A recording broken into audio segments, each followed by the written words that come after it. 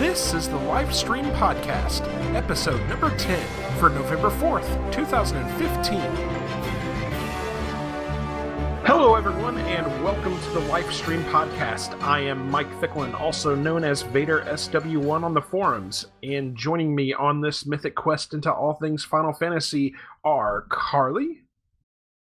Hello. And Flintlock. Hi there. And basically what this show will be about is, for new listeners anyway, is for an hour or so every few weeks we will discuss all things Final Fantasy and Final Fantasy related. We'll hit upon recent news and notes and delve into a different topic of discussion each episode. Have a recommendation for something we should discuss? Feel free to hit us up at lifestreampod@gmail.com or comment on the episode posts on the forums each week.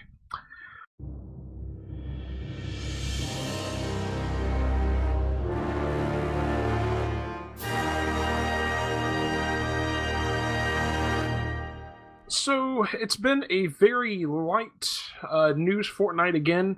We do have a few items to discuss here, but I think the main topic of the episode this week is going to be a lot of fun here, so we'll dig into the news and notes here first.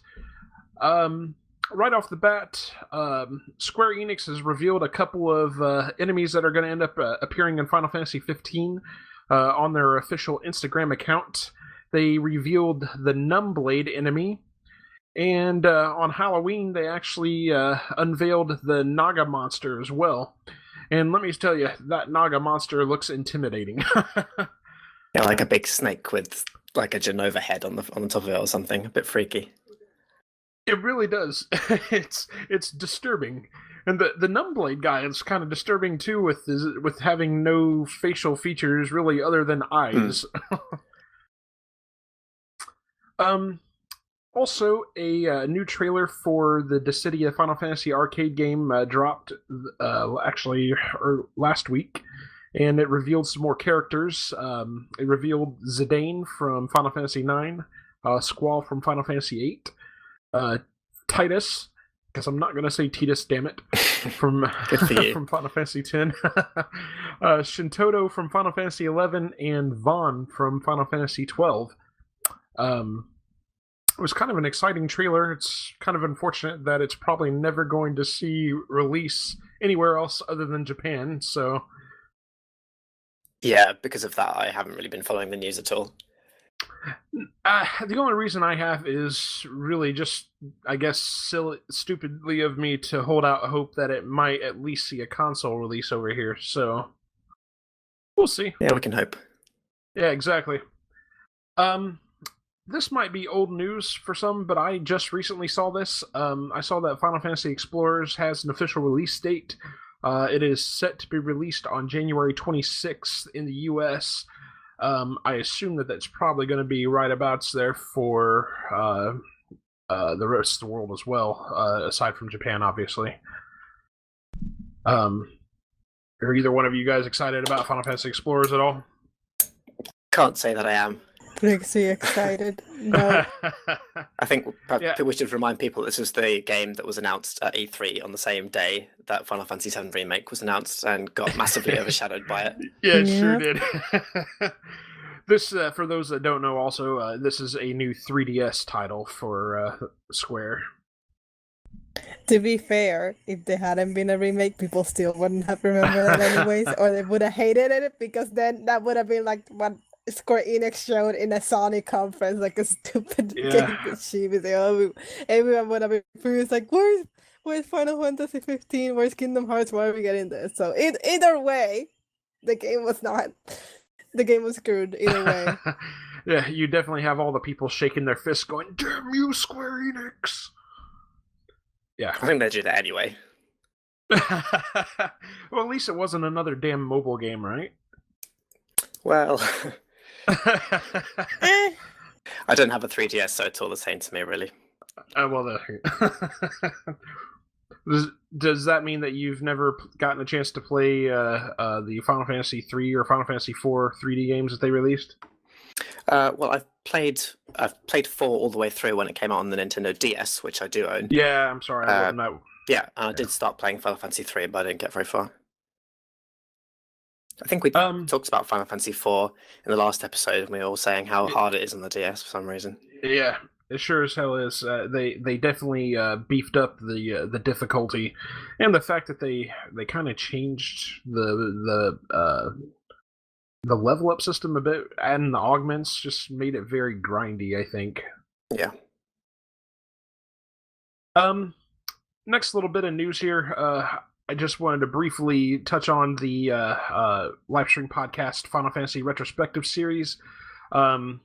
We were originally scheduled to finish up playing Final Fantasy II on the 2nd, and this week was originally going to be, this podcast was originally going to be another Retrospective series pod, but I seriously underestimated the amount of level grinding that was going to end up getting done for this game, and as a result, we've pushed out our completion date for a couple more weeks. I believe right now it is now scheduled for completion on November the 16th, and we will try and get our podcast in shortly thereafter. How could you do this? Well, I didn't want to cheat us out of not being able to get the full Final Fantasy II experience, despite the fact that I fucking hate the game. So, last little bit of news here. I thought we would go over how things are going with the TLS music bracket contest that Flintlock's been running here. Flint, how's that running here? It's going pretty well. We're currently at the halfway point of the first round. There are 10 polls which have been posted on the Lifestream forums, of 20 which are going to appear in total, and 4 of them have closed already. So we have our first 16 songs that have made it into our eventual top 100. I can read them out if you want. Yeah, please. Okay, so in Group 1 we got The Castle and The Extreme from Final Fantasy VIII. We got Festival of the Hunt from Final Fantasy IX, and Fang's Theme from Final Fantasy XIII. In Group 2, we had 3 songs from Final Fantasy VII, which were Aerith's theme, the main theme, and Words Drowned by Fireworks. And then we had the ending theme from Final Fantasy X.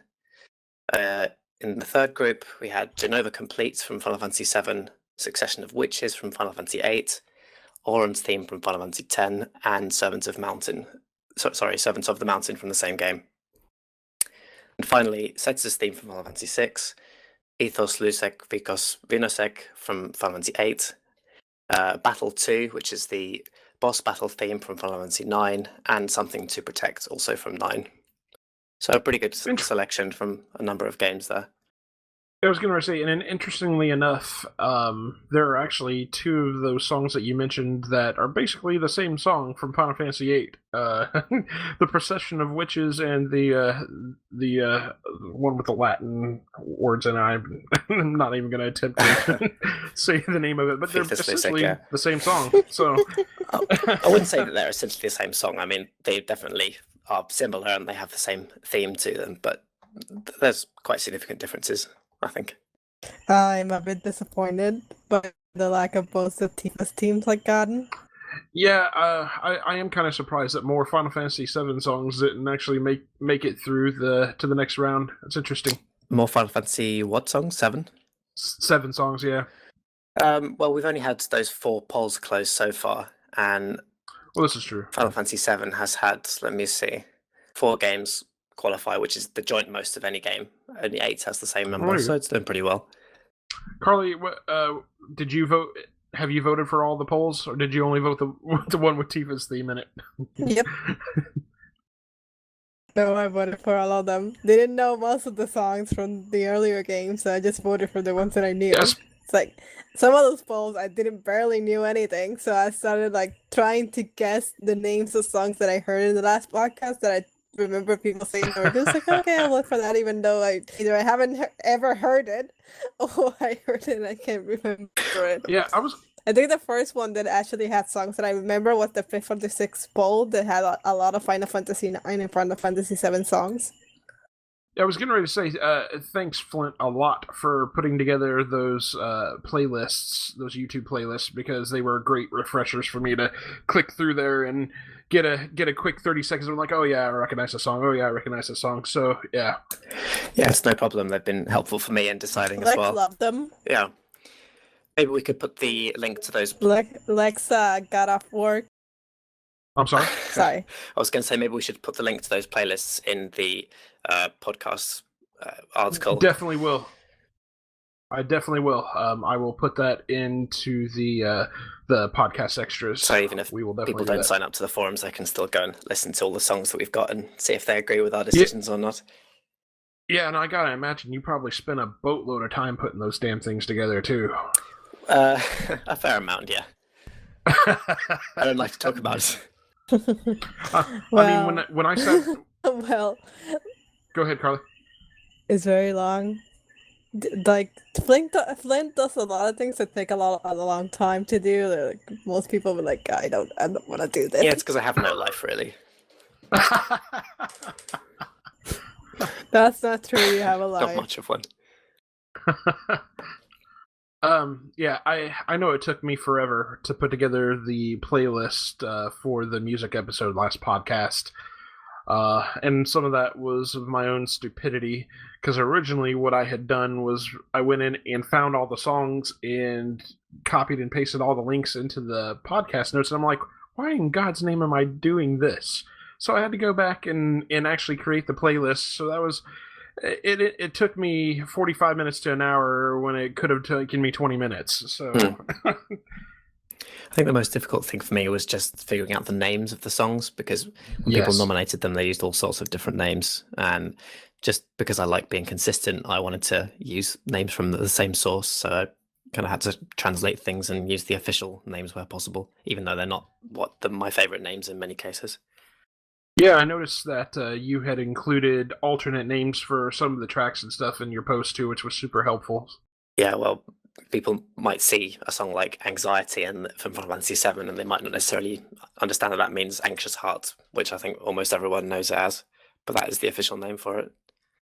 You know, and oddly enough, I actually don't know hardly any of these songs by their titles. I know them certainly from the sound. I can usually identify a song within the first 10, 15 seconds. But as far as titles are concerned, I am horrible with them. So, so when do you expect that we will be moving on to the second round, Flint? Well, there's still 10 more polls to go up in this round, so that's another 5 days. And then another 3 days just to let all the polls close at the end.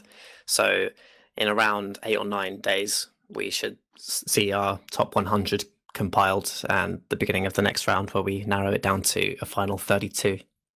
And that's going to be the tough bit. Oh, I'm sorry, I didn't mean to cut you off. No, just saying that's going to be the tough bit, because a lot of people have been struggling already to pick 4 songs, and in the next stage it's going to be pretty harsh having to get rid of a lot of songs that people really like. For sure, it's gonna be painful. I was actually going to ask you: is this poll something only members of the Lifestream forums can vote on, or can anybody come on and vote on it if they want to? You need to be a member of the Lifestream forums to vote in it. Mainly just so we can keep track of who's voting and make sure they don't cost too many votes. But I believe that everyone can come onto the forums and see the results of these polls, even if they're not a member. Yeah, so if that's not encouragement enough for you, come on and join the Lifestream.net forums here, and not only participate in these polls here, but join in on the discussion here. Things are really about to start ramping up for the Lifestream. In fact, we got some exciting things in the works, and I think as more news emerges about the Final Fantasy VII HD remake, I really think there's going to be some exciting stuff going on the website, and we'd really like for many, if not all of you Final Fantasy nuts out there to be a part of what's going on here, because it's going to be great. I can't imagine it not being great. Hype. So with that said, thought we'd go ahead and move into the main topic of the podcast. Like I said, it's been a really light news fortnight, and actually kind of a light news month in general, and I doubt we're really going to see any kind of major news floating out from here until the end of the year. Probably won't start seeing anything major again until probably after the new year. So that said, I thought we'd start a little series that I'm calling Building the Next Final Fantasy. And it's not really a speculative thing because I don't have any basis for anything that we're about to discuss, but more about a subjective opinion about where we think the next Final Fantasy game or games should go, and as far as setting, plot, characters, that sort of thing. Here, I thought this would be a fun discussion.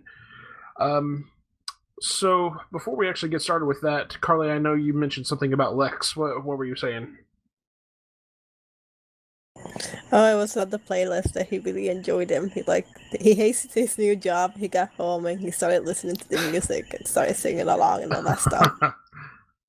Final Fantasy music just makes everything better if you put it on in the background. It definitely does. Yep.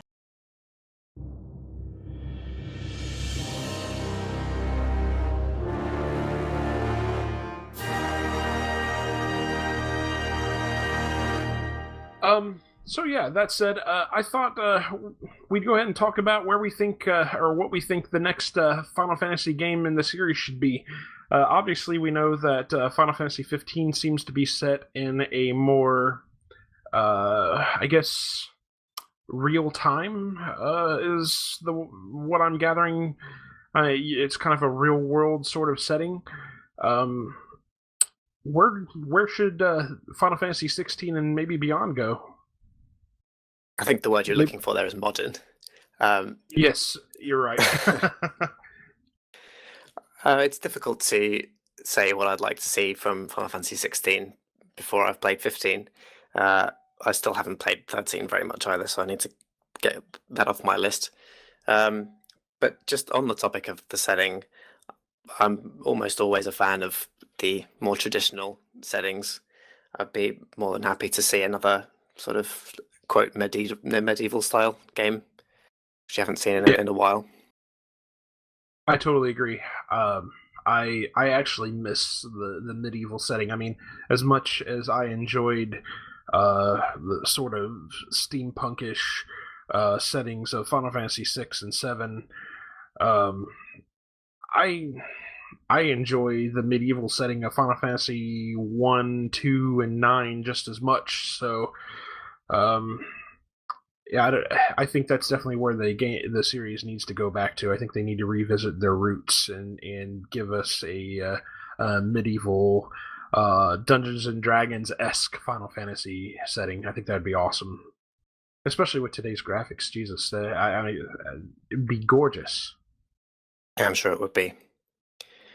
I seem to remember someone on our forums suggesting another Final Fantasy IX style game, and I don't just mean in terms of the setting, but I mean sort of a game that looks back on the history of the franchise, includes references to all the previous games, and then kind of marks a break between the previous era and the new era. I don't know what Final Fantasy XVII would be like, but that could be an idea. I mean, correct me if I'm wrong. Is Final Fantasy XIV A Realm Reborn not doing that in some fashion? Yes, but that's an MMO, not a national main series title game. No, you're right. You're right. I'm pretty sure I was pretty sure that's what Final Fantasy XIV A Realm Reborn was doing. I'm not sure if they originally intended Final Fantasy XIV to be like that. My personal speculation, I suppose, is that when the original Final Fantasy XIV bombed so badly, they decided to play a little bit safe with the relaunch of A Realm Reborn. So they included all these things from previous Final Fantasy games because they knew fans would like them. They knew that fans would get excited to see these screenshots of, chocobos and Magitech armor and all that kind of stuff. So right. It doesn't quite get me excited in the same way as Final Fantasy IX did. No, I think I agree with you. I mean, I really agree with you as far as just Final Fantasy XIV on the whole is concerned, mainly because I'm not an MMO guy. Would much rather get in a new single-player experience that harkened back to Final Fantasy IX, I guess. But I guess my other conflict on that, too, is it too soon for another kind of retrospective style game? I mean, Square really has slowed down on its development of video games here, so it's not like we've got a whole host of new games to look back on for another game like that. You're right. I mean, if we just look in terms of time, then it's been a very long time since Final Fantasy IX. It's been 2 whole console generations. But in terms of how many actual main series games there would be to look back on, then we're quite thin on the ground, really. Yeah, I mean, you can include, I guess, some of the spin-off titles and stuff if you wanted to do something like that. But I don't know that the love is there for those spin-off titles. And it looks like we've got Lex that just jumped on board. I certainly did. Hi, guys. It's funny because he replied to me when I asked him if he was available exactly after I mentioned him on the podcast. Don't tell him that we were talking about him. Oh no. You've revealed your secrets. How's it going, guys? What's going on? What have you been discussing? So, we've already gotten through the news and notes, and we actually just got started on the main topic. We're actually currently discussing possible setting for the next Final Fantasy games. Ooh. Yeah. Lex is excited.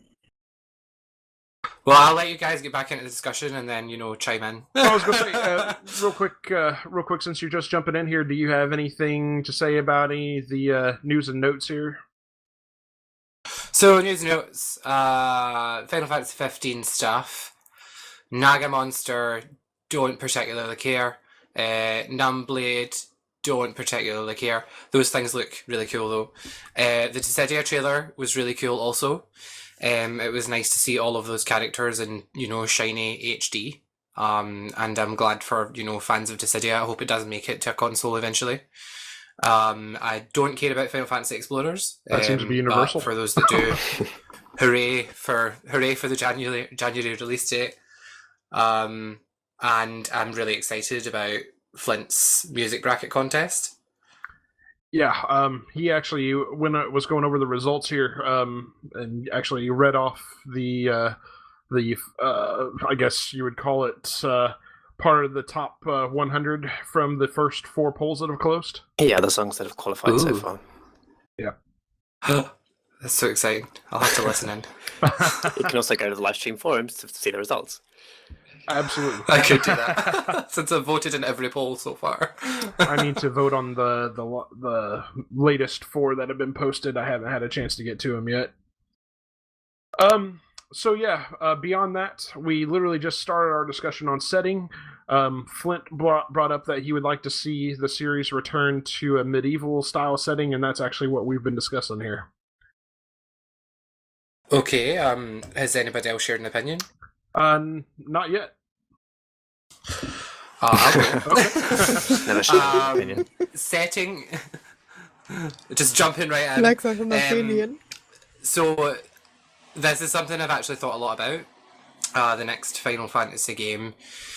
I wouldn't mind a medieval setting either. I think it's time to go back to that. Because we haven't had that for such a long time. When was the last proper medieval setting? Final Fantasy IX. Well, 12. 12 was medieval. 12 had really elements of medieval, but it was also pretty futuristic in some ways. If you look at Arcades, for example. Agreed. Oh yeah, and like the random spaceship airships. And they have I think Final guns and Fantasy stuff. IX is probably the closest thing. I just want the next Final Fantasy game really to be more magical. I want there to be a plot that has a lot to do with magic in the world, rather than it just being, this thing that the characters happen to have access to. So a setting revolving around magical kingdoms or something to that extent. It doesn't necessarily need to be medieval for me to enjoy it, but a medieval setting would really be nice because we've had so many futuristic settings or, cyberpunk dystopian settings. I think it's time. I had a great idea just listening to you say that, Lex. They should have these crystal things in the kingdoms that are their source of magic. I don't think that's ever been tried in Final Fantasy before, but it would be pretty interesting to see it. No, that sounds like the plot of another Final Fantasy game. Almost every Final Fantasy game. That's the joke. Yeah. Which ones though? Because see when I think about Final Fantasy, the PlayStation era Final Fantasies all come to mind, and I'm like, none of those really had that No, plot. you could say that pretty much for damn near every one of the first 6 Final Fantasy games. Final Fantasy II, I think, is probably the sole exception to that. So I don't think you can really say that 6 was about crystals either. No, I mean crystals were involved, but they were more. Was that not the Esper? yeah, Esper the stuff. Magicite. And then 15 has a crystal plot as well to do with the kingdoms, I'm sure. I don't know if that's. I can't recall if that's been revealed. If that's the case. I don't know if I'm conflating it with what the plot of Versus 13 used to be, but I was sure that the plot of 15 is that Noctis's kingdom has the last remaining crystal that's active in the world, and that's why everyone's trying to wage war on it. Yeah, that sounds familiar. But that could be me remembering, the previous plot. I don't know if it's completely changed.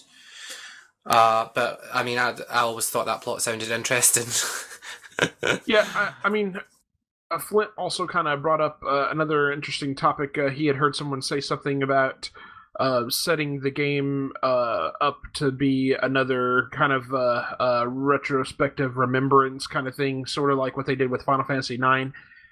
And I had said that I thought it might be too soon for something like that, even though a lot of time has passed from Final Fantasy IX to now. We haven't had a whole lot of main series Final Fantasy games released in between that time because Square has slowed down so much on its development. Yeah, I can see that from both sides, I think, but I do feel like when I think about Final Fantasy IX, it feels like a generation ago. Like, not a console generation ago. I feel like it feels like, a lifetime generation ago. It really does feel like it really was. It was 15 years ago. So, I don't know, I can see that from both sides. But to go from 9 to, 16, I don't know. Who knows what the future's got in store, but I do think they'll go back. I do think they'll definitely go back to a more kind of magical medieval setting with the next one. I've got my fingers crossed. I think that's the right move. Again, I think that we've seen too much modern / steampunk / cyberpunk with the game since Final Fantasy VI. So, with the exception again of Final Fantasy IX, I think taking a step back to the series roots is where it's at. Well, to be fair, in defense of those games, to say modern / steampunk / cyberpunk is a very, very broad brush, and it is. You can already see big differences in the settings from Final Fantasy VII to VIII, for example, even though they are both fairly modern in games in their settings. I think also there's a distinction to be made between when we say medieval, what immediately pops to everyone's mind, it's like a consensus without being spoken, is European medieval. What they specifically said in the development of Final Fantasy X was that they wanted to go to a kind of primitive Asian, which would be like their medieval setting, and that's what they did with that. Aside from Zanarkand and but like Spira and the setting of Spira was something they tried to do there, and that was pretty beautiful. But that doesn't fit in our marginalized concept of medieval, so it doesn't count, and it's a shame that it doesn't count because it's such a good setting, I think. But even if they did something like that again, that's like medieval, it's primitive, but it's original, I think they would be really successful with something like that. Agreed. Carlie, how about you? You haven't really spoken up much on this. You guys are the experts on this. One, by the time the next Final Fantasy game comes out, like 20 years from now, everything's gonna be like, they haven't done this in a while. I would like to see more how would you say? Okay, Japan or China, like way back Imperial China and all that stuff. I always love those settings. Yes. Yeah, I actually was going to bring that up. Samurai times. Exactly. Yeah, like There's, feudal Japan or something like that. That would be awesome. Yeah. Mhm. There's one of the lesser known Bioware games, Jade Empire. I wanted a sequel just because I love the setting of that game, and dying for like another RPG to do that. Yeah, I mean, doing a Final Fantasy based around feudal, like a sort of feudal Japan setting would be beautiful. I mean, it's certainly something that we haven't seen done in a previous Final Fantasy game before, for sure. So, I mean, Does Wutai count?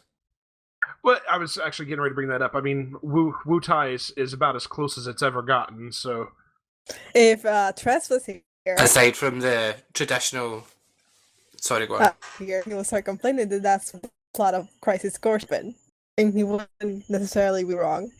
Well, it would have made. I mean, it was part of the plot. Very small part. what were you about to say, Lex? I was going to say, you guys mentioned Wutai being the only time they've ever come close to that, and it's true. I was just putting an anecdote aside from the Asian influences in Final Fantasy X. Yeah, I don't know. I guess it's.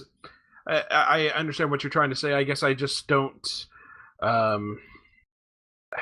I guess it's not mixing with what I have in my head when I'm thinking of feudal Japan. So I don't know. Oh yeah, for sure. But it's more reflected in that game. I think it's more reflected in the dress, like Yuna's dress. Oh yeah, for sure. And the summonings and the general characterizations of the Bayside Islanders and such, and the way the world is laid out, and some of the customs that they have. I just love that aspect of FF10 so much because it's so unique when it comes to the entire FF series. And I know it's not everyone's favourite Final Fantasy, but it's such a beautiful game. Yeah, I mean, definitely gorgeous to look at. Some of the towns and settings are stunning, and that's actually something that I really think would stand out or make a game based in like a feudal Japan setting stand out so much. I could just see them doing some really beautiful architecture and some gorgeous settings with mountains and trees in the backgrounds and stuff like that. And yeah, it gives me cold chills to think about it. It'd be gorgeous. So a consensus seems to be that they have to make an old setting. It doesn't matter which particular part of the world it's inspired by, as long as it's old. Agreed. Yeah. Yes. I really think for Final Fantasy to take its next step forward, it needs to at the same time take a step back and take a look at its roots. And I think we kind of discussed this in a previous podcast where I felt like that the best way for Final Fantasy to stay alive is to keep remembering its roots. So yeah, that fits right in line with it. I mean, when was the last time we had a black mage and a white mage in a Final Fantasy game? When was it? Final Fantasy IX? Yeah. Could you it's loose in 10 though, is it not? Because they can all learn. Well, eventually, but the if you abilities. go with the standard sphere grid, then for the main plot of the game, then you're pretty much stuck using Lulu as a black mage and Yuna as a white mage. Yes. What about? I mean, I know it's an MMO, but Final Fantasy XI and Final Fantasy XIV are both have those kinds of classes too, right? For sure, but I don't think those count. Just because they're, I just don't think those count because they're. You guys know how much I love Final Fantasy XIV, but when we're talking about the setting of a Final Fantasy game, I would never think, oh, the next MMO, I wonder what it's going to be like. I'm with you. Because they're always going to be. Well, those games are medieval. Those games have truly medieval settings. So if we do count those games, we kind of can't say that, they have to go back to their roots, and they've not done that in a while because they have. They did it in Final Fantasy XI and Final Fantasy XIV. Yeah, but I mean, I think I agree with you, and I think a lot of people would agree with you that the MMOs, most people feel like they should have never been counted as part of the numbered Final Fantasy series. So for sure. So with a setting determined here, then how about getting into a plot and a story? I mean, we don't have to get into the nitty gritty details and such, but what would you like to see as far as a plot and a story? I want a lighthearted plot. I'm tired of the really serious. Like, I want another plot like Final Fantasy IX. It was more lighthearted. It was funny. No, Why? no, no. No, no, no, no, no. No. No, listen here. This is Missy. where he gets serious. He Um, said, listen here. No, no, I could actually completely agree with what you're saying, but Final Fantasy IX did not have a Okay, the light-hearted first plot. half.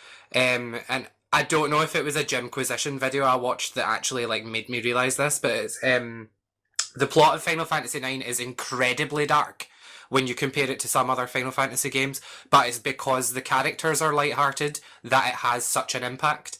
That is why, I mean, if examine the plot of FF9, tell me what happens in FF9. A lot of cities get destroyed. Almost every massive city gets destroyed. Countless people die. He finds out it was a genome created to come and like take over Earth. What is it? Kuja's soul thing, all of that shit is so dark. It's a very, very dark story. The reason it has such an emotional impact and it works so well is because it appears to be lighthearted. So the darker moments, and that was, I think it was the video I watched, I'm sure it was Jimquisition, was making a comparison with Final Fantasy XIII, and it was like the characters are all so sullen that when bad things happen to them, you just don't care because they're already, miserable. Right. So it's like, that's the main thing when Not Alone plays in Pandemonium with Zidane. When he's just like really down, it's such a moment because he's such a light-hearted character throughout the whole game up until that point. He's finally been broken. Okay, yeah, you're right. Yeah. My God, words never spoken. I say it from time to time. Sure. And you should not be talking So, I because thanks for not listening to me. You missed out for months on that great show that you now love. Okay. And what show are we referring to? Outlander.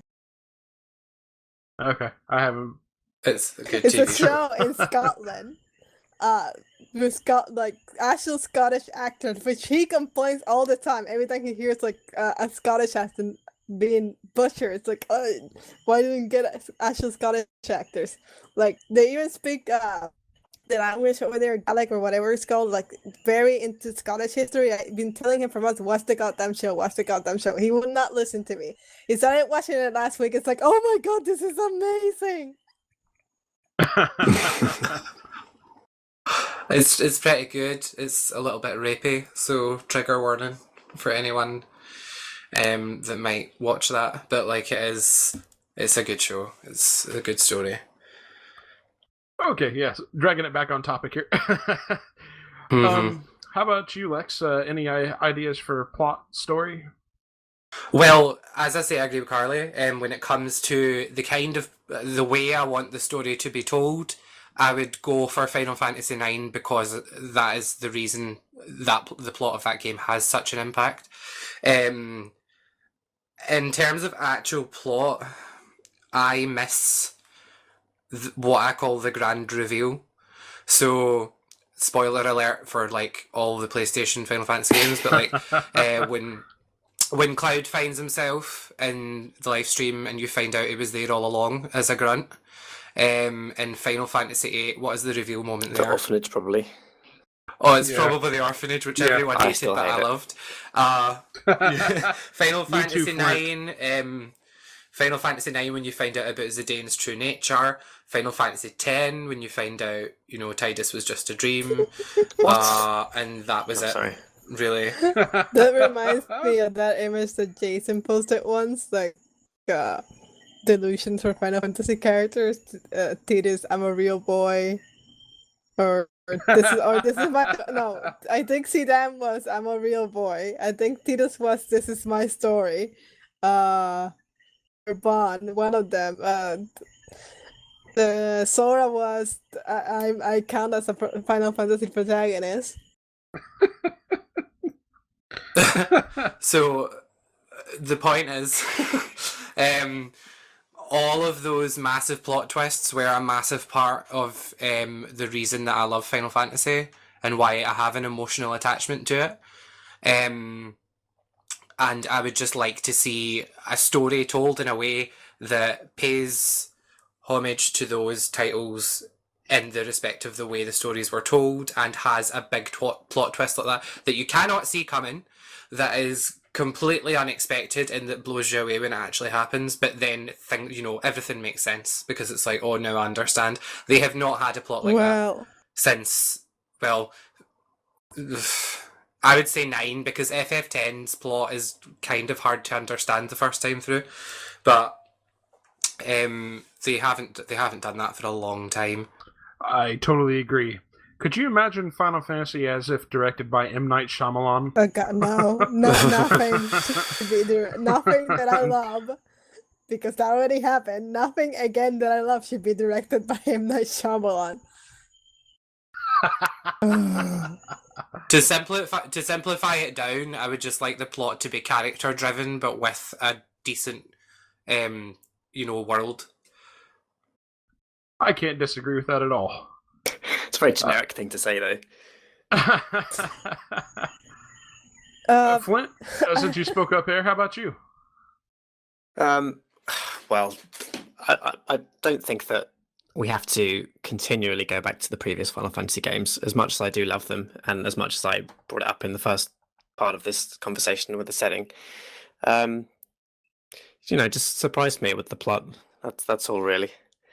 I did think of one little thing when Lex was talking that I miss, which is the kind of antagonist twist as well. We saw it in, for example, Final Fantasy VII, where you go through the entirety of Midgar thinking that this game is going to be you against Shinra, and then it turned out to be you against Sephiroth. Yes. Whereas, you play Final Fantasy X, for example, the first time Seymour comes on stage with that ridiculous hair and that sinister music, you're like, okay, he's the bad guy. Same with Kuja in Final Fantasy IX. Same with Vayne in Final Fantasy XII. I don't know about 13, but it seems like they're kind of maybe trying a bit too hard with the villains nowadays to like establish them early, and maybe they could kind of pull that twist on you a little bit later as well. Yeah, I mean, I think something else too that can go right along with what you're saying there, Flint, is maybe Square stop giving away so much of the fucking story in the lead up to releasing the game. Give us something to be surprised by. It's not necessarily that they're giving too much, it's that it's maybe an element is that it's become predictable. It has. It definitely has. I mean, when you've got a video game series that has been going on as long as Final Fantasy has, I mean, certainly things are going to start being predictable. It's kind of the same argument with pro wrestling, if any of you follow pro wrestling, Nope. or comic books. Comic books get predictable after a while too, because there's only so many stories to tell. So When I'm playing eventually everything. When I'm playing the games, I assume the something with the protagonist is like something is not true with the protagonist. Either he may be amnesiac because it's already happened. They're not real. They're not real again for different reasons. Stuff like that. I just see there's something going on with the protagonist. Even though the last two games, the last two main intros, the protagonist, that being Lightning, was normal, and whoever you want to count from Final Fantasy XII was also normal. What if Final Fantasy XV turns out that Noctis isn't the true protagonist of the game, and it turns out instead it's I don't know, Luna? I doubt it, since I still love the game. I would be like, hooray! Maybe Stella will show up again. It's like, it's the true protagonist. But they have sold the game. There will be no female player characters in that game. They have There will sold be the what game now? of I'm sorry. this bunch of boys driving around, so I highly doubt that the protagonist is gonna end up being the girl. Yeah, that's just what I said as well later. Yeah, I guess for me, as far as plot and story is concerned, I think I would like a return to a more lighthearted plot as well. I mean, I don't know how lighthearted you can really get with it, with having to have some sort of central conflict, but I would like for the characters certainly to not be these downtrodden emo-esque characters. I would much rather them be more lighthearted, joking, more three-dimensional, I guess. Story wise, I want to be surprised, and I want to be I want to fall in love with the story the way that I fell in love with the story for Final Fantasy IV or Final Fantasy VI or Final Fantasy VII. You know, I want to fall in love with the story again, and I don't feel like I've done that with any of the Final Fantasies since Final Fantasy IX. To be perfectly frank. So I want the story to mean something, and maybe have some sort of metaphorical meaning for something that's going on in the real world today. I'm a little bit surprised that you cite Final Fantasy IV as being a good story, because, well, spoiler alert, but I could basically summarize the entire story of that game as, let's get the crystal. Oh no, we lost the crystal. Let's get the other crystal. Oh no, we lost the other crystal. Let's get the other crystal. Oh no, we lost the other crystal, and so on and so forth, until you get like 80% of the way through the game. That's the entire story. I think the endearing thing for me about Final Fantasy IV is the characters, and I think the other piece of it too is memories of playing it for the first time on the Super NES as Final Fantasy II. So okay, I think the take home message from what like Flint's response there though is that when I said earlier I want to see a character driven story, is that the most important part is not the overall backplot. That is important to me. I specifically want the characters to have a big role in that.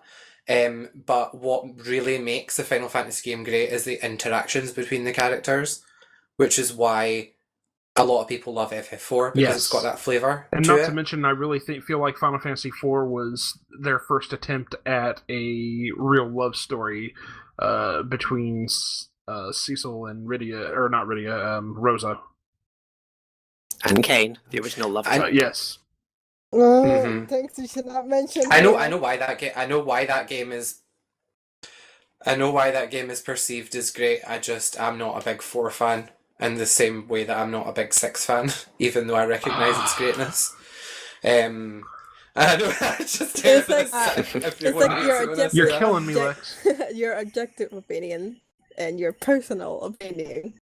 I have an objective opinion, and my objective opinion ranks Final Fantasy VI definitely somewhere up in the top 3. My personal opinion, it's not even in the top 5. It's just personal preference. It's like how you experience the game, your attachment to it.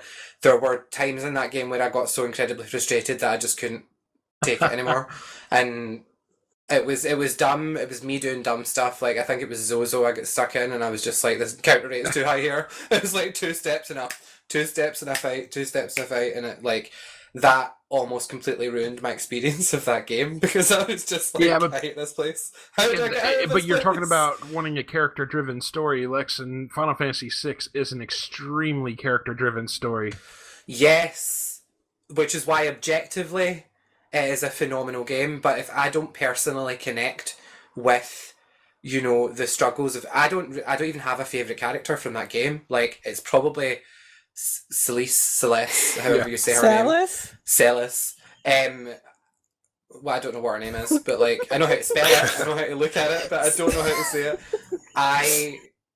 I loved her progression and her story throughout that game, and I got such a good memory of it. Terra as well, Tina. I loved both of those. I wasn't altogether like blown away by Locke in the game. I didn't really like the fan favourites that people absolutely love, like Setzer. Can't stand him. That happens a lot with Lex. Who else? I don't even know. Shadow annoyed the fuck out of me. That weird green-haired child, Gao, whatever his name, I didn't like him. Like, there's so many characters in that game that I just did not resonate with, and like that is why my experience. That's why personally, I don't I just don't connect with it very much. But like, I completely understand why so many people do, and it is a masterpiece. Like 100%, it is a masterpiece. It's just I was not gonna say, for and me. speaking of lightheartedness too, about Final Fantasy VI does it very well with the Ultros. Ultros's lines and the moments that he's in the game are phenomenal. They just come out of completely left field. Oh, for and sure. They're a lot of fun. The interactions. Yeah. I love Ultros. I don't like Kefka. I thought Kefka was a shitty villain. Kefka is the Joker to me. Um, And I know, like, everyone's like, Kefka's like the best Final Fantasy villain ever, and I know why they say that, and I get it. Don't like him. He did nothing for me. I was just like, oh, get off the screen. Like, when I was going through that game, I was just like, oh. Lex no, has not a for me. tendency to dislike characters that people love. Just ask him how much he loves Baltier.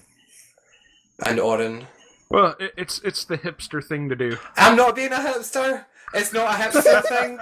I disliked them. This is a hipster thing. I disliked them before I knew people even liked them. I don't dislike Balthier. I don't dislike Orin. I see them as I enjoyed the stories that they had, but I don't like the attention they get over some other characters that I prefer, and I don't think that's a terrible thing. I'm not a hipster. Here are the reasons to why I am in fact a hipster. It's all the fucking 14-year-olds being like, oh my god, Orin's so cool, oh my god, man. And like people I went to school with that like Final Fantasy X, I just remember like when I was like in first year in school, Final Fantasy X came out and there were people, and I was already a massive geek but didn't talk to anyone about it, and I like overheard these two guys talking about Final Fantasy X. They're like, Orin's so cool, Orin's so amazing, oh my god, Orin. I'm like, why does everybody love this? Is it big? He just stands there and he's like, and everybody's like, oh my god, he's so cool because he cares about nothing. And it's like, that's not how I form my attachments to characters. And Balthier's the same. My theory on Balthier is that sorry, I'm sidetracking this so much, but my theory on Balthier is that it's partially a cultural difference, and it's almost been disproven in threads, but like I feel like an American audience finds it easier to associate with a cocky protagonist, and a British or like European audience has more of a problem with that because we are a very self-deprecating society for humour. So Balthier being cocky is him being an asshole, whereas to other people it's just like, to Americans that's funny. To me that's just him being a dick. Do you know what I mean? Right. That is my problem with Balthier. Orin, it's just a popularity thing because I don't think he deserves that much popularity because I prefer other characters and they don't get as much attention, and that bugs me because he's overshadowing characters that I like more. So it's a bitterness thing with Orin, but with Balthier, I do think it's a culture thing. I was gonna say, I mean, you're actually digging into a really good piece of the discussion. Actually, you were talking about characters for a possible future Final Fantasy.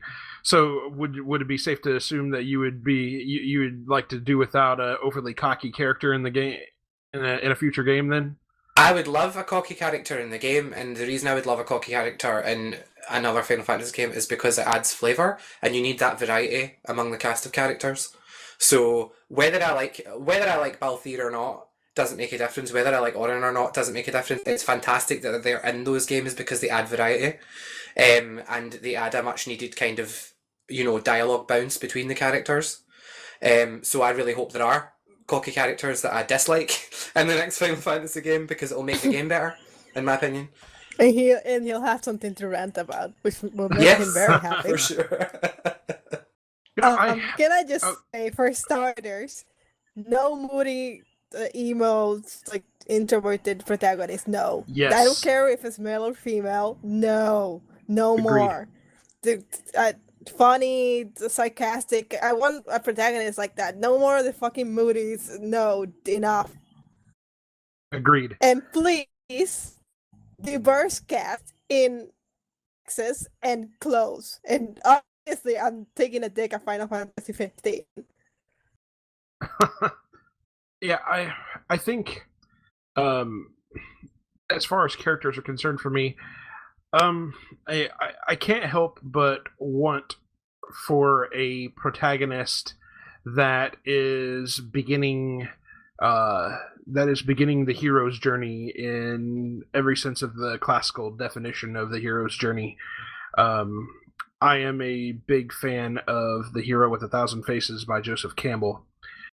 And I think Final Fantasy could do with a true hero's journey that follows how Campbell lays out the hero's journey in the Hero with a Thousand Faces. Would love to see a protagonist that literally comes from nothing and picks up a mentor along the way that's teaching him the ways of the world, teaching him to fight and teaching him to fight for the right reasons, having the right kind of cast around him to interact with him in a lighthearted way, but also be able to help him out on his journey against whatever he's fighting for.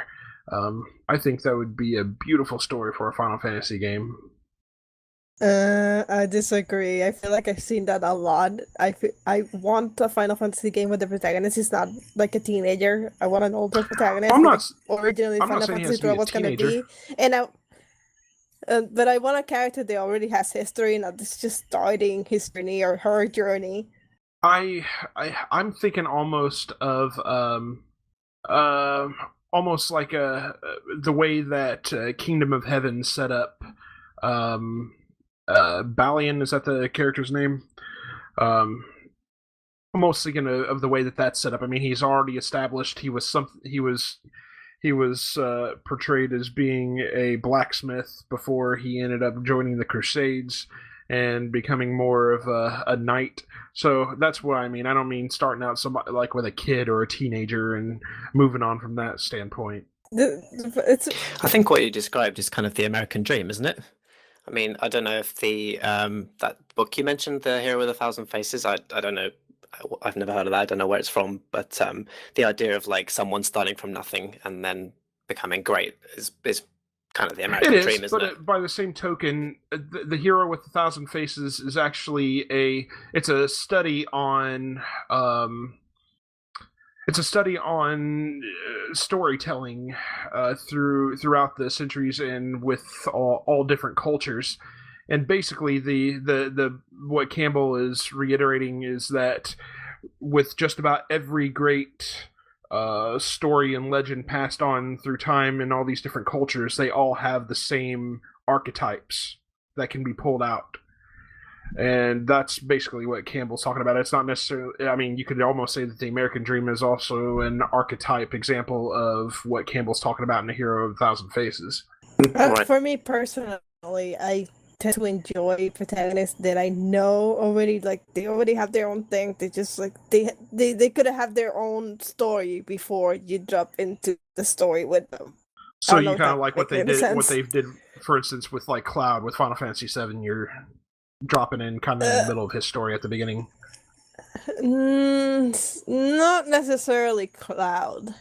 Cloud isn't emo, remember? Everyone is like, Cloud is emo. Cloud is not emo. Cloud is very, very positive and like dicky at the start of that game. He's not emo at all. He's not emo until Advent Children. He's cocky. Right. It's not personality that we're talking about. That's not true, though. He does have an emo moment in Final Fantasy VII when he wakes up in Gongaga towards the end of Disc 1, and then Barrett snaps him out of it. He's having like a fucking brain meltdown, like. Oh yeah, totally justified. He's not Squall. Do you know what I mean? He's not going, oh, whatever.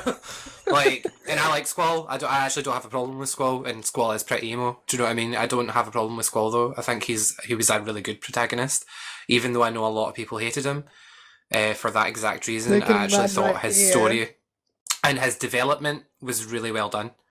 I think I've probably said this before. I'm not sure if it's on the podcast or just in the forums, but as I've played Final Fantasy VIII more, as I've got older, I've really started to empathise with Squall a lot more. I realised that he's pretty much the only sane character in the entire cast of Final Fantasy VIII. That really speaks very badly of the rest of that cast, then. It definitely does. And there's not a memorable member of that cast. Well, no, I mean he's just practical, and like he's just practical and introverted, and those things don't make for good protagonists because, well, that's a subjective argument, but I would wager that the reason he's not popular is because he's not an extroverted character, so people find it hard to relate to him. Well, somehow his being introverted translated into him becoming a great leader, and how often does that really happen in real life? So well, no, but that does happen in real life because the introverts are the people who reflect and take the time to rationally think about a situation before taking action. So introverts do actually make really good leaders. It's just that society is now built in a way, and we're getting so off track again. But everyone in the Western world is obsessed with group work and presentations and presenting yourself well, and you need to make friends and network to get better. And the really intelligent people, not to say any extroverts are stupid because that's not true either, but the people who are really good decision makers are the ones who go away and think before they take action. And they do make really good leaders for that reason. They take everything into account before they do anything about it. What I was saying with the protagonist, I'd say one of my favorite protagonists and one of my favorite series is Nathan Drake in Uncharted. Like, that's what I mean when I say characters, they already have a history and what they're doing related to the plot. Nathan Drake, a.k.a. Indiana Jones. Exactly. Flint, Lex, how about you guys for characters? Well, I was just going to say that I guess I kind of lean towards your view on this a little bit in terms of the characters kind of coming from nothing. If we look at Final Fantasy VII as an example, even though all those characters do have backstories, there's that great scene at the top of the Shinra building in Midgar where Rufus has arrived for the first time and he's gets you to introduce yourselves, and then you kind of listen to the cast reading their, introducing themselves, and like, who the hell is this bunch? I've got like this lab animal, this like man with a gun on his arm, and some I forgot what I was going to say now. Just like a complete ragtag bunch of heroes, and that's kind of it's kind of used to be a Final Fantasy staple that like you get these complete nobodies who somehow get thrown into saving the world, and then you can contrast that with a game like Final Fantasy XII, where included in your cast is Ash, who is basically the main character, and like the princess of one of the kingdoms, or the queen, I don't know, I can't remember.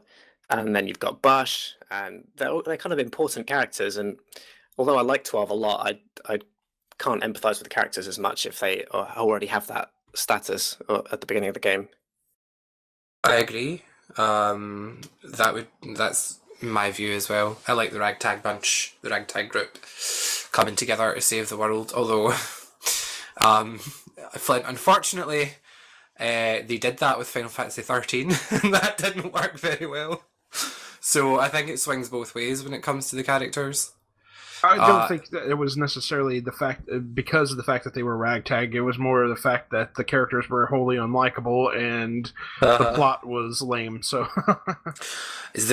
not to go into a 13 debate again, but it's the way that story is told. I think the backstory was great. If it had been told better, the game could have been a lot better. The protagonist.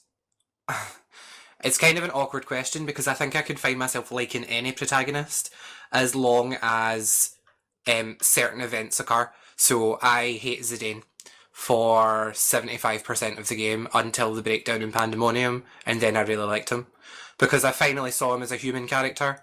Whereas he's kind of like Balthier throughout most of the game. He's a bit cocky, and I find that off-putting. And then when he has his breakdown and you realise, okay, he's human, he makes mistakes like everyone else, that is when I start to empathise with him. The same thing happened with Cloud. Squall, it took me a long time to actually like. And I agree with Flint's assessment on Squall. Titus, I'm pretty sure I still don't like him. I don't know. I feel like I now empathise with Titus because he died. So it's like I think that's what made me like him. Yeah, I remember when that happened. I know, That was terrible. So I can find myself liking any protagonist as long as they are. I find them annoying if they're too bright, too optimistic, too cocky. I find that off-putting, but I will like them if they have some development. If it actually shows us that they're a bit deeper than that, then I'm totally cool with it. Van, I do not like one bit, not one tiny bit. Do I like Van? He didn't do anything. He's not I'm too trying to much think of of what. anything. I'm really trying to think of what protagonists I like and what protagonists I don't like. I definitely prefer the stories that are told with at least one or two central protagonists in mind, which is why I kind of have a problem with 6 as well, because I feel like it doesn't have a main character. There are a lot of characters that matter more than the other characters, but there are too many. And what I want... I think you could basically say that there's 2 main characters in 6. Sorry to interrupt you, but you could basically say that Terra is the main character in the first half and Celeste is the main character in the second half. Yeah, but I just don't...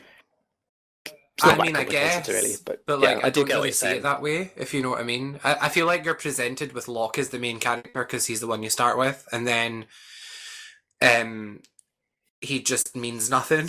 And it's kind of like, I don't know, I think it's the way that I played that game was because I came from other FF games where I was used to there being one main character, and it kind of boggled my mind as I was going through it, and I was like, okay, so what's going to happen to Locke in this game? Do you know what I mean? And like, nothing really happens. He does get a really nice scene towards the end of the World of Ruin. You have to complete quite a lot of other characters' side quests before you can access his one. I'm not sure if you ever got that far, but it does have a nice. How long I'm ago sure did you play 100% Final Fantasy did. VI, Lex? Sorry? How long ago did you play Final Fantasy VI? Oh, good God. I've played it quite a few times. I know I've either 100%ed it or almost 100%ed it at least once, because I make it like my mission to do that after the first time I play through an FF game. But it was definitely more than...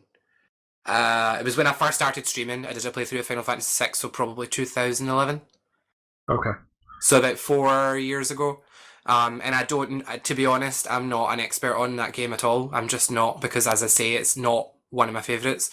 So I could go back to it. I've actually been thinking about going back to it. It has been a while. So to be fair, maybe if I go through it again, I'm older and wiser, I'll have a better experience with it. Yeah, that's actually what I was getting ready to suggest. Maybe with time that it might have changed. You might change your opinion if you do another playthrough. For sure.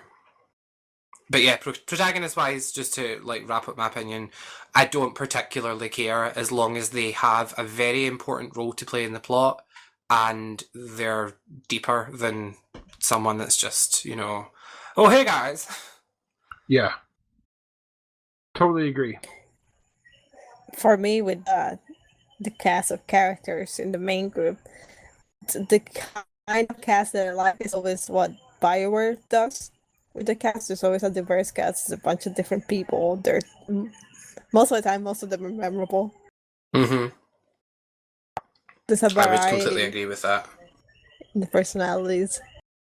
I think less is more though. In number of characters, if we're going to talk about that, I would want more than what we've seen recently. So I would want somewhere between 7 and 9 characters, but no more than that, because I think it suffers. Their characterizations suffer if there are too many, and if there aren't enough to choose from, it's a problem as well.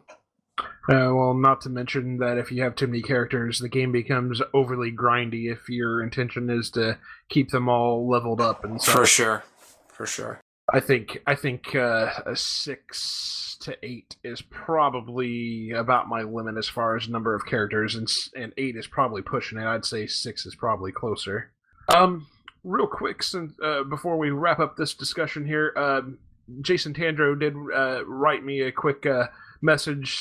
He was disappointed he wasn't going to be able to make it for the recording this evening, but he did want me to read off some remarks he had on this. He said, one thing that I hear a lot from the hardcore veterans is the annoyance of the game moving into the modern days. My friend Jacob likes to cite one such person who was disgusted that Final Fantasy XV features a car when no other Final Fantasy has ever used cars. Clearly, this person has been living under a rock since Final Fantasy V, since Final Fantasy VI, 7, 8, and 10, and Xanarkand and the 13 trilogy all feature vehicles. 2 of those games actually allow you to drive them, and this is clearly somebody who doesn't know what they're talking about, but I digress. Contrary to popular belief, the games do not need to be strictly medieval to be good. In fact, I feel that what makes Final Fantasy such a unique specimen is that it can convey a fantasy epic in a somewhat familiar landscape. But even that notwithstanding, it should be noted that the 2 games most often cited as the prime candidates for, quote, best Final Fantasy ever, Final Fantasy VI and Final Fantasy IX, take place during the Industrial Revolution. Final Fantasy IX certainly has a medieval aesthetic, but with a healthy backdrop of steampunk. Final Fantasy VII is in the computer age, Final Fantasy VIII the modern day, and Final Fantasy XIII a look into the future. The point I'm laboriously trying to get to is that the time the game is set in does not matter. What matters is the story that is told around it. The story of Final Fantasy VII required the technological age it was set in, as is every Final Fantasy. The setting of these games is not random, and so the first requirement should be to determine what type of story is going to be told, and then create the world to suit the story, not the other way around. He says, "You thought I was going to talk about music, didn't you? Well, quick aside, if Uematsu is out, Hamatsu or Ishimoto would be fine surrogate composers." I feel a bit stupid now. I just predicted everything that we said. Right? You know this. Although I don't think any of us were arguing that you have to have a medieval setting to have a good Final Fantasy game. You know, everyone's welcome to their personal preferences. For sure. I mean, and I think we just mentioned that it would be nice to see Square take a step back and go back to the medieval setting, only because we've seen so much of this ultra modern settings here with recent Final Fantasies. So Yes. We're very predictable. It does bring up quite a good point, which I kind of alluded to as well, which is that even though some of these games might feel like they have the same sort of setting on the surface, there's actually quite big differences between them. Agreed. They should just make a Final Fantasy in space. Do we really want that? That could be cool. It could. If done I bet it's the correctly, sequel it to could. World of Final Fantasy. Universe of Final Fantasy. Let me try to rephrase that. It would be extremely entertaining to see people lose their minds because, oh my god, they're doing a game in space. Ooh, that'll be entertaining to watch. The last time... Oh, sorry, go ahead. No, I was just going to say, you thought the overreaction to Final Fantasy XV has been bad. Wait till they see Final Fantasy in space. I was just going to say that I think the last time a Final Fantasy game went to space was in Final Fantasy VIII. Yes. Someone correct me if I'm wrong. And I still have so many problems with that, the Ragnarok sequence in particular. I think we talked about that before. Yeah. You know, now that we're discussing it, right? Star Ocean is set in space, and it's probably the most Final Fantasy-like game that Square Enix produce. And that's pretty good. It is. Each of those goes to space at least one point. I think the Last Hope International or whatever it's called, I've got that. I'm pretty sure you travel between areas like through space. Like you literally have a spaceship and your characters are like, I don't know, they could do a successful FF in space as long as they have magic. Yeah, I mean, I'm not 100% opposed to doing a Final Fantasy in space. However, there are many, many games out there that have done it and done it well. And I don't know. I just don't see Final Fantasy needing to put itself in that situation. I don't know. Well, you want a personal space game with magic. Basically, you want the actual plot of Fantastic Four in a Final Fantasy game. and it has like fantastic Final Fantasy IV, Final Fantasy. We will start with 2 Fs. It's a perfect mix. I do like how you guys took my joke comment and actually made a whole debate over it. That's pretty cool. That's what we're here for, Carlie. Okay, so I think we can put a bookmark in this discussion here. Like I said when we first started it, I do intend to kind of make this an ongoing series of things where we can come back and discuss future Final Fantasies. I would just like to add one thing quickly. Sure. We can make a long checklist of all the things that make a good Final Fantasy game, and Square Enix could feasibly produce a game with every single one of those boxes ticked, and it could still be rubbish. There is just something magic about the way that the pieces of a game fit together that we can't ever properly describe in an hour of this podcast. You're totally correct. I think it's all in who you get to write, who you get to write the story, the just how everything comes together. I mean, if you can have a great story, but if you have a terrible voice cast, or if you have a terrible translation, or if the battle system doesn't work, any number of factors could just turn what should have been a great game into complete crap. So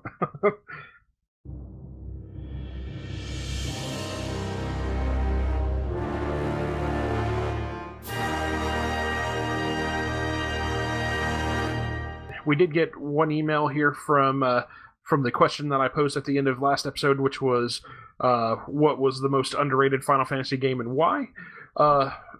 Lex, do you want to go ahead and take this one? Sure. From Leo Gaming. Hey everyone, the Final Fantasy game that I think is the most underrated would be Crystal Chronicles, the first one on the GameCube. I believe they did a great job with that game. I think that the level design is great, with there being various leaves, and each one has a different version depending on what year cycle it's on. The way they have the battle system with all the monsters are on the field with you, which probably helped carry over to what they did with Final Fantasy XII. Another thing I liked about the battle system is the magic in it. The way you were to get stronger spells is by mixing simpler spells together, or when playing multiplayer, which was more difficult to do, but you could still create higher level magic. Okay, those are all positives, I think. One thing that I especially liked about the game is the way they implemented the multiplayer with it. It was really fun when I was playing with my friends down the road, and I was able to transfer my character over with the memory card, also a cool feature. On the overworld, it was pretty interesting on how you have the cart to travel, and you run into all of the random encounters with NPCs and even uncover side stories in the game. Then there are the points in the overworld that are only accessible during certain year cycles, and how you had the different elements in your crystal to advance to certain points in the game. Lastly, one thing I would like to say on the subject for one of my favourite Final Fantasy music themes is the opening song of Crystal Chronicles titled Sound of the Wind. Side note by me, I heard that song because I played it in Final Fantasy Theatrhythm, and it is a great song. Yes, it is. Otherwise I would never have heard it. I could listen to that song many times and not get tired of it. I would recommend people to take a listen to it. As for the other Crystal Chronicles in the series, I tried to play the Rings of Faith, and it just didn't seem the same as the original, and I kind of lost interest in it, and kind of lost interest in the Crystal Chronicles series until I saw the trailer for the Crystal Bearers, which got me interested into playing it one of these days. So I'd say that Crystal Chronicles is kind of the lost gem in the series. Until next time, Leo Gaming. Thank you very much, Leo, by the way. It's you wrote us, you were one of the original people that wrote into us, and we haven't heard from you in a while, so please keep in contact with us. As far as Crystal Chronicles is concerned, I will be 100% honest. I own all of the Crystal Chronicles games. I have played exactly 0 of them. Oh, really? Yeah. I was hoping you would be the one to give his perspective, because I don't think Flint's played that. I haven't played them, and Carlie obviously hasn't, so... I own them. I just have not put any time into them. I did try Crystal Chronicles once for a very short time. It seemed like quite a good thing to do, especially with the multiplayer, but I'm never going to get a GameCube and 4 Game Boy Advances and 4 link cables and 3 friends who all want to play Final Fantasy Crystal Chronicles with me. So the chance of ever getting the full experience nowadays is pretty much 0. However, right, can I just say, what if you were to transfer that experience onto a newer console, where it would obviously these things would be done online? Would that appeal to you? That would definitely appeal to me. So. Yeah, maybe. Although, are you trying to get me to play Final Fantasy XIV here? No, although you should. But no. I was just thinking, if they made that game today, I think that would be appealing to quite a lot of us. because we all play Final Fantasy and it would be fun to play it together. So I'm not sure. I'm not sure how I feel about that, to be honest. The game sounds like it was great. I know it got great reviews. I know that the game has quite a lot of die-hard fans, which surprised me when I found out about it. And I also know that the sequel was considered fairly crap, which is not a surprise because it's it's Square Enix and they don't make good sequels. Everyone knows this. Are you talking about the Crystal Bearers? Apparently, yeah. Okay, because that was like on the Wii or something, which is a fairly modern console, but I don't remember if it had multiplayer or not. Yeah, I'm not sure about. I don't think it did. I'm pretty sure it's a single-player game. Yeah, the Crystal Chronicles games are on the roadmap for the Retrospective series, so we will definitely be getting around to playing them. That's exciting. Yeah. There are quite a few games on that list that I either haven't put a whole lot of time into or I haven't played at all, even though I own them. So, very exciting to get into some of those. That being said, then, I do want to go ahead and pose this episode's question for the listenership. What direction do you think Square Enix should go with Final Fantasy XVI, and why? We do want to hear from you, so send your questions and feedback to us at lifestreampod@gmail.com. You can also reply to the episode posts each week on the Lifestream.net forums. Please leave us feedback on iTunes. We will do our best to read your questions, comments, and feedback on the air. And for the next episode, I think we're going to do a retrospective, the second episode of the retrospective series for the next episode of the podcast. But beyond that, I am looking for some suggestions for where to go with the main topic of discussion, so feel free to hit us up and let us know what you'd like to hear about, and we'll dig into it for you. We'd like to thank you again for listening to the Lifestream Podcast. Take care and always protect the crystals. Music featured on this episode is courtesy of Incompetech.com.